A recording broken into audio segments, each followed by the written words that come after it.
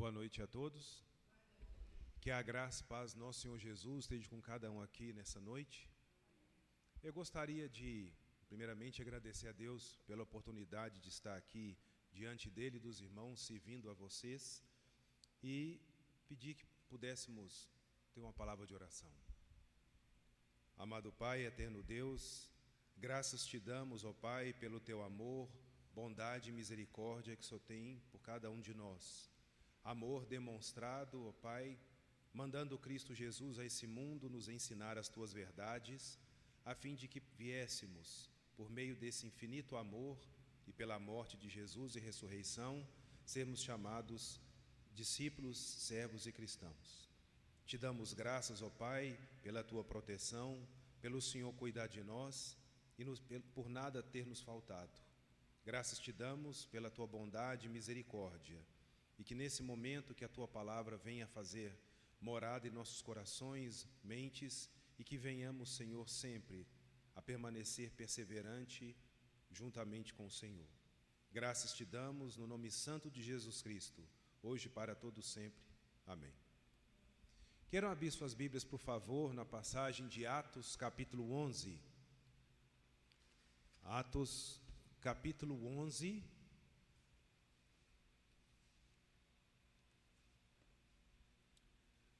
A partir do versículo 19, por favor.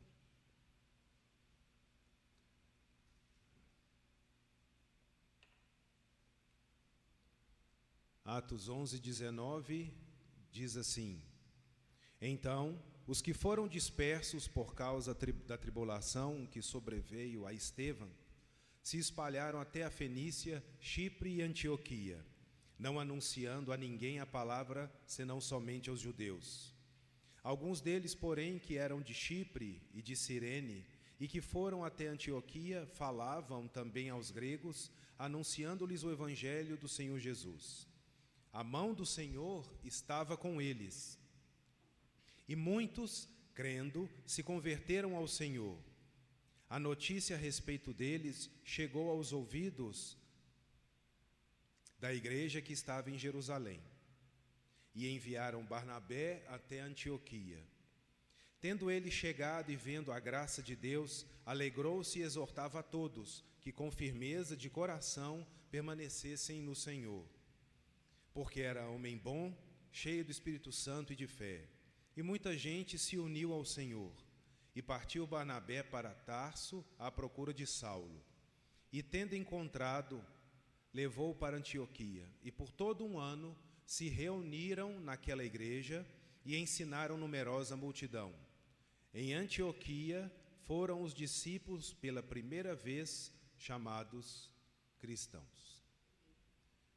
Queria fazer algumas perguntas, não precisa responder, mas são as seguintes: você honra o seu nome?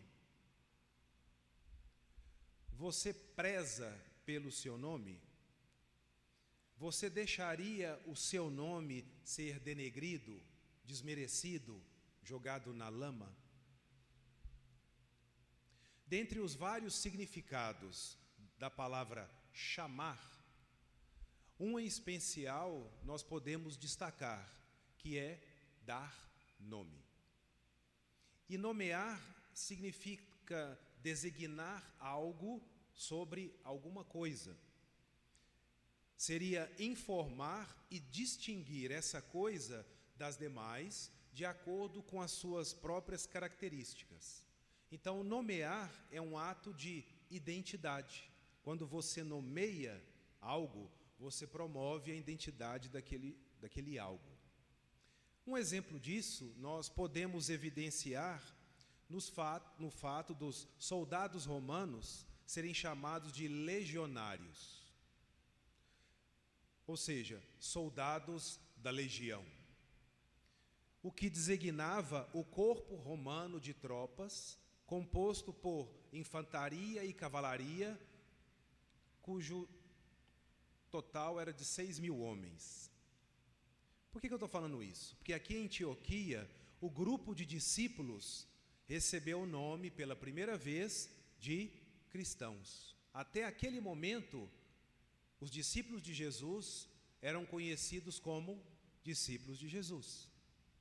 Mas ali em Antioquia, eles foram chamados pela primeira vez de cristãos. A palavra hebraica Messias, ungido, ela traduz-se em grego por Christos. E a língua latina a coloca em forma de adjetivo, que é Christiani, ou seja, cristãos. Então, cristão em síntese significa o quê? Seguidor de Cristo, discípulo de Cristo, partidário de Cristo.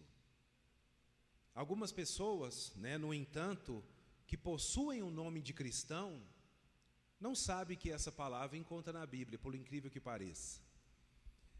E nesse mesmo livro de Atos, ela aparece também em Atos 26, 28, quando o próprio rei Agripa, ele menciona essa palavra. E além dessas duas ocasiões, essa palavra só vai aparecer mais uma vez em 1 Pedro 4,16. Hoje, algumas pessoas se dizem cristãos, mas não sabem de onde origina essa palavra, nem o que ela significa. E eu gostaria de, nessa nossa conversa, primeiramente dizer o que ela não significa. Primeira coisa, o nome cristão não é uma herança. Não é um título de nascimento.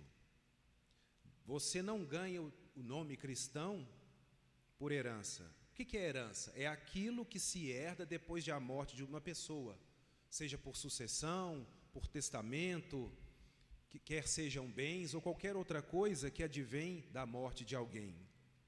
Isso não é ser cristão. Não se compra por dinheiro esse nome.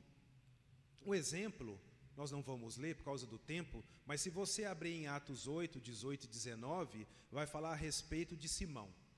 Simão, ele ofereceu pagar dinheiro pelo poder do Espírito Santo, porque ele viu os apóstolos fazendo os milagres, e ele quis tomar aquilo para si, mas com um desejo egoísta e com a intenção má.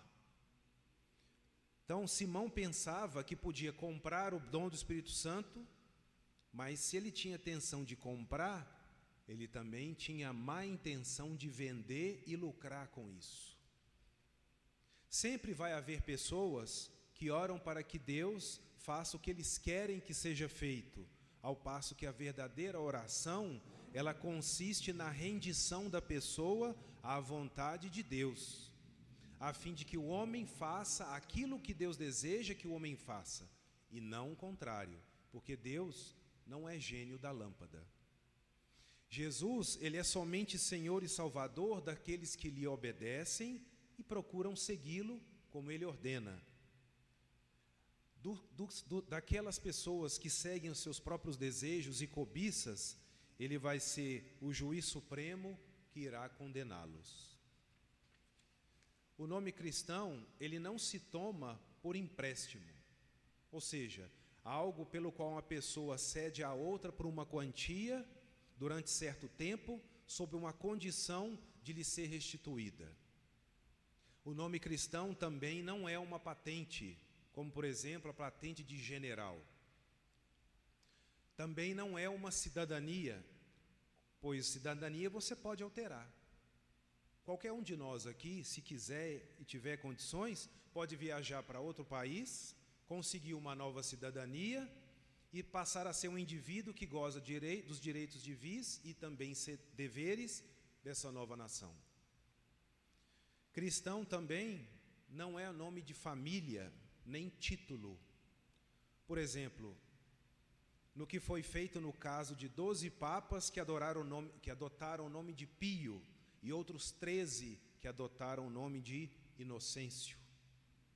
Também o caso da Inglaterra, no passado, quando 11 reis tiveram o nome de Eduardo. Então, se nada do que eu falei até agora tem a ver com o real significado do nome cristão, o que é então esse nome? O cristão é aquele que crê em Jesus, crê que Jesus Cristo é o único Senhor e Salvador da sua vida, que entregou a sua vida a Jesus por meio da fé e também do batismo, é aquele que estuda a palavra de Deus, que busca, se esforça, que persevera, a obedecer os mandamentos de Cristo, é aquele que empenha em ensinar e também viver aquilo que Jesus ensinou e viveu, buscando ensinar somente a Jesus. Então, nós entendemos, quando lemos, que o nome cristão exige mudança. Cristãos são seguidores de Cristo, e ser cristão não é fingir ser perfeito, porque todos nós somos falhos, pecadores, mas é admitir que, embora sejamos falhos, nós nos esforçamos e buscamos a santidade no único que é perfeito, que é Jesus, nosso Senhor e Salvador. E as atitudes dos discípulos falavam exatamente isso. Quando você olha no verso 22, não é? Falando dos discípulos como um todo, diz que a notícia a respeito deles chegou aos ouvidos da igreja que estavam em Jerusalém. Então, o bom proceder deles, a maneira como eles estavam obedecendo o evangelho de ide e pregai, chegou ao conhecimento dos irmãos que estavam em Jerusalém. Foi uma boa nova. E no verso 21 fala que a mão do Senhor estava com eles. A mão, conforme se bem sabe, ela simboliza poder e força. Então, o que Lucas quer dizer aqui é que Deus, ele testificava com a sua ajuda presente sobre o fato de que os gentios estavam sendo chamados juntamente com os judeus, através da sua orientação, para se tornarem participantes da glória de Cristo e serem discípulos de Jesus. Então, a marca de um verdadeiro cristão, de um verdadeiro discípulo, é o amor pelas Escrituras. E é o que pode ser evidenciado lá em Mateus 28, 19 e 20, principalmente no versículo 20, quando fala que é para os apóstolos e nós, ensinando as pessoas a guardar tudo o que Jesus havia ensinado. Aquelas pessoas, homens e mulheres, eles pregavam ao Senhor Jesus o verdadeiro evangelho que anunciava o senhorio de Cristo, sendo ele o alvo de toda a existência e o ponto central em torno do qual gira o plano da salvação. Quem quiser pode abrir comigo em Efésios capítulo 1, verso 10, que fala exatamente isso. Efésios 1, verso 10, que diz que é na pessoa de Cristo aonde se deve fazer convergir nele, Jesus, na dispensação da plenitude dos tempos, todas as coisas, tanto as do céu como as da terra. Então, a imagem que os remidos estão sendo transformados, a imagem que os discípulos estão sendo transformados, procurando sempre crescer em obediência a Ele, ou seja, participando da sua natureza moral, na natureza de Jesus, que nos transforma em servos e servas que compartilham da sua própria essência. Para ser um cristão autêntico, verdadeiro, como o Senhor espera, existem, como eu falei, mudanças a serem feitas. Por exemplo, mudanças de pensamento, mudanças de ações e de atitudes. Como é que a gente pode ver um exemplo? Lá no livro de Romanos, capítulo 6, versículo 16 a 18, mostra exatamente isso. Romanos 16, Romanos capítulo 6, 16 a 18, diz exatamente isso. Fala assim, Romanos 6,16: Não sabeis que daqueles a quem vós ofereceis como servos para a obediência, desse mesmo a quem obedeceis sois servos, seja do pecado para a morte ou da obediência para a justiça? Mas graças a Deus, porque outrora escravos do pecado, contudo, viestes a obedecer de coração a forma de doutrina a que fostes entregues, e uma vez libertados do pecado, fostes feitos servos da justiça. Uma mudança de 180 graus na atitude e nas ações daqueles discípulos. E infelizmente hoje alguns que se dizem cristãos não querem se submeter ao senhorio de Cristo. Preferem viver a sua própria vontade. Querem que Jesus apenas acabe com os seus problemas, vivendo suas vidas como se Jesus não existisse. Quando o homem ele ouve a palavra de Deus, só tem duas coisas que pode acontecer.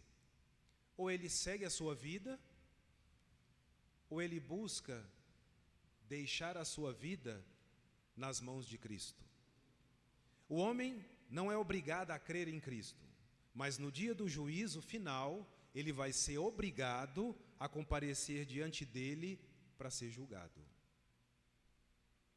A conversão é o abandono de um caminho para trilhar um outro caminho melhor. Sem a verdadeira e autêntica conversão, não há regeneração, como diz Tito 3, versículo 5. E a regeneração é aquela função do Espírito Santo, como diz Paulo lá em Tito, que leva os homens à conformidade com a imagem de Cristo, nos ajustar à imagem de Jesus, até o momento em que nós havemos de finalmente participar de tudo quanto Ele é e tem, o qual nós chamamos também de salvação. E regenerado é aquele indivíduo que se esforça para assumir cada vez mais a imagem de Cristo. Isso é, desenvolver necessariamente uma conversão verdadeira, e essa, por sua vez, envolve o quê? A verdadeira operação regeneradora do Espírito Santo, que é os frutos do Espírito, como diz em Gálatas 5, 22 e 23, brotando e sendo evidenciado dentro de nós, e também externo a nós. Esse é um caráter verdadeiro do discípulo e servo de Jesus. Ele se esforça para seguir a Cristo em pensamento, palavra e também em conduta. Em todos os casos que esse processo, infelizmente, não se verifica, é porque não houve uma verdadeira conversão, embora pode ser vista algumas modificações emocionais que promovem modificações de curta duração. O desejo de toda pessoa que se faz conhecida pelo nome de cristão deve ser que tenha passado por uma conversão autêntica, como nós vimos ao longo do livro de Atos. Se quisermos o que é bom, devemos buscar as coisas de Deus, como aqueles discípulos do primeiro século fizeram, porque quem busca as coisas desse mundo vai fracassar, mas quem preferir as de Deus vai obtê-las.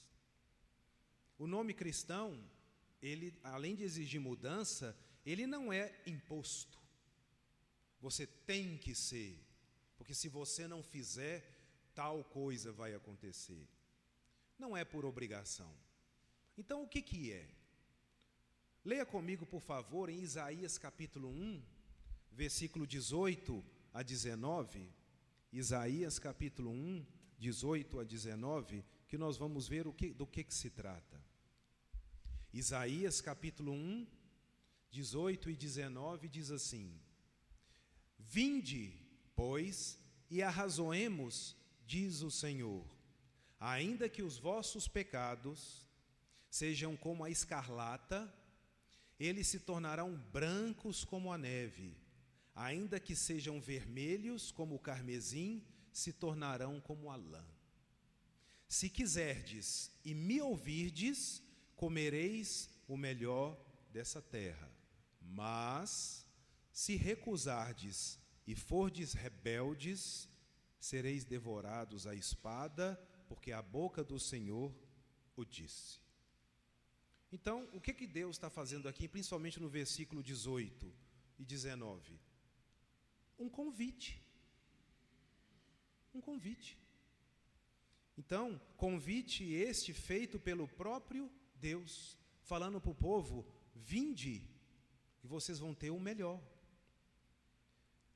Um convite para o que há de melhor, como no nosso caso, como nós podemos ver comprovado lá em 1 Pedro capítulo 2, 9 e 10, quando ele fala que os cristãos são sacerdócio real, nação santa, e isso é algo muito bom. É um convite para o que há de melhor. Ser cristão é uma escolha pessoal, como foi a de Josué.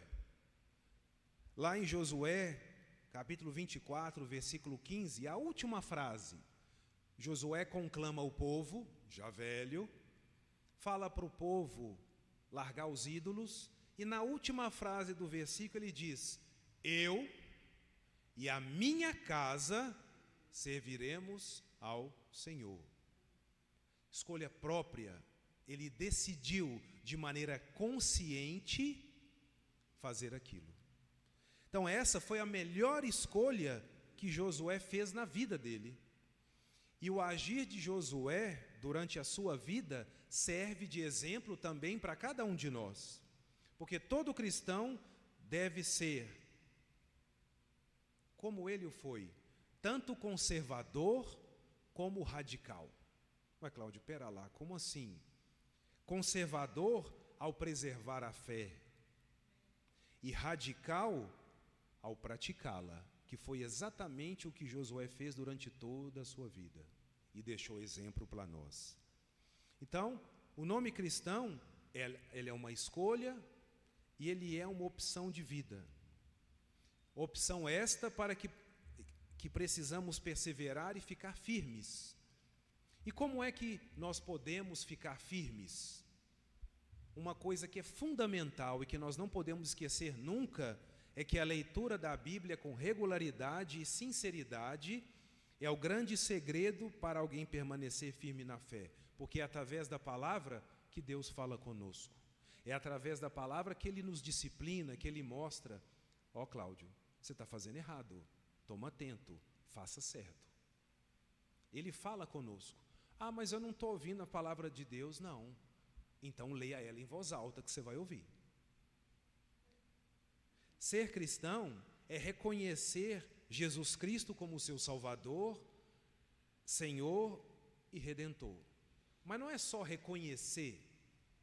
Reconhecer e ficar paradinho, quietinho, é muito fácil. Tem outras coisas que advêm daí. Por exemplo, ser cristão é estar disposto a carregar a sua cruz. É o que Jesus falou lá em Lucas 14, 27. Difícil, mas não impossível, porque Jesus deu o exemplo. Segundo, é negar a si mesmo, Lucas 23 e também o versículo 24. É ter uma mudança de vida, ter uma mudança de caráter, ter uma mudança de comportamento, como diz lá em 1 Coríntios 6, 9 e 11, e ter uma mente renovada. Uma mente mudada. Uma mente que antes fazia e pensava coisas que desagradavam a Deus e que de agora em diante vão fazer exatamente o contrário. A maior intimidade do cristão com Deus ocorre quando os pensamentos do Senhor substituem os nossos, porque tão grande é a comunhão. E então nós moldamos o nosso comportamento de acordo com a mente de Cristo. E aquilo que o mundo nos oferece como sendo algo tão bom, passa a ser nada. A necessidade de perseverar também é de suma importância. Sem ela, a nossa vida cristã, ela é vã, vazia, sem sentido. Nós perderemos a nossa vida eterna e trilharemos por caminhos escuros, estando à deriva, lançados à própria sorte, e no fim seremos consumidos pelo mal. É o que diz Romanos 2, de 6 a 8, quando fala que nós iremos ser julgados, comparecendo ao tribunal de Cristo. E o próprio Jesus diz isso lá em Mateus 24, 13, quando ele fala: aquele, porém, que perseverar até o fim, esse será salvo. Então a gente vê, pelas palavras de Jesus, que ser cristão não tem aposentadoria. Você não aposenta como cristão. Você não aposenta. Eu tenho 34 anos de serviço prestado a Jesus e ano que vem, se Deus quiser, em novembro, eu me aposento. Isso não existe. Eu posso até fazer, mas o risco é todo meu. A escolha é nossa. Nós temos o mundo e a Cristo. Temos o direito de escolher e ninguém vai nos obrigar a decidir pela vida ou pela morte. Cada um escolhe o que quer para si. Mas Deus é tão bom, mas tão bom, que Ele dá uma dica de qual o melhor caminho. E onde é que está isso? Em 2 lugares. Primeiro, Deuteronômio capítulo 30, versículo 19, é uma passagem que eu gosto muito, e lá mostra Deus dando uma dica para o povo, e é claro, também para nós, de qual o melhor caminho a ser seguido. Deuteronômio capítulo 30, verso 19, fala o seguinte: os céus, Deuteronômio 30, 19, os céus e a terra tomo hoje por testemunha contra ti, que te propus a vida e a morte, a bênção e a maldição. Olha só, escolhe, pois, a vida, para que vivas tu e a tua descendência. É ou não é uma grande dica? Não é? E olha quem pegou essa dica, interiorizou e pôs em prática. Por favor, Salmo 119, Salmo 119, versículo 30 e versículo 33. Olha o que o salmista fala. Salmo 119, versículo 30 e 33 diz assim: escolhi o caminho da fidelidade. Ele escolheu a vida. E decidi-me pelos teus juízos. E o 33 completa: ensina-me, Senhor, o caminho dos teus decretos, e eu o seguirei até o fim. Nós escolhemos obedecer a Cristo ou ao homem, dar valor àquilo que Deus nos dá ou àquilo que o mundo nos oferece. Para escolher bem, devemos estudar a palavra de Deus para que a nossa fé não se apoie na sabedoria de homens, mas no poder de Deus, como diz João 14, 21 e 23. E a palavra de Deus, ela é clara. Ou você é discípulo de Jesus, ou não é. Ou você é um cristão, ou não é. E isso significa então que nós não podemos ser neutros. Ou nós seremos servos de Jesus, ou escravos de Satanás. Não, Cláudio, que é isso? Não sou eu que estou falando. É o que a Bíblia mostra. Só tem 2 lados a escolher. Se somos cristãos, discípulos de Jesus Cristo, pertencemos a Ele e o nosso proceder deve exaltá-lo. Nunca devemos ter um exemplo negativo, para não acontecer, como diz Romanos 2:24, onde Paulo fala que o nome de Cristo, para os romanos, que o nome de Cristo era blasfemado no meio dos gentios por causa da atitude deles. Imagina só que vergonha para aqueles irmãos escutar Paulo falando aquilo para eles. Não há meio cristão, nem existe quase ou por pouco, como o rei Agripa fala lá em Atos 26, 28. Paulo, depois de escutar você pregar, eu vou te falar uma coisa, viu, menino? Quase. E faltou isso aqui para me ser cristão. Isso não existe. Ou é, ou não é. Vamos lembrar sempre do que disse o profeta Jeremias. Jeremias capítulo 16, versículo 17, Olha o que o profeta de Jeremias fala. Jeremias, capítulo 16, versículo 17, Deus fala assim com ele: porque os meus olhos estão sobre todos os seus caminhos, igualmente dos nossos.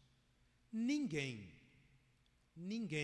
se esconde diante de mim, nem se encobre a sua iniquidade aos meus olhos. O nosso proceder diário, ele é observado por Deus 24 horas.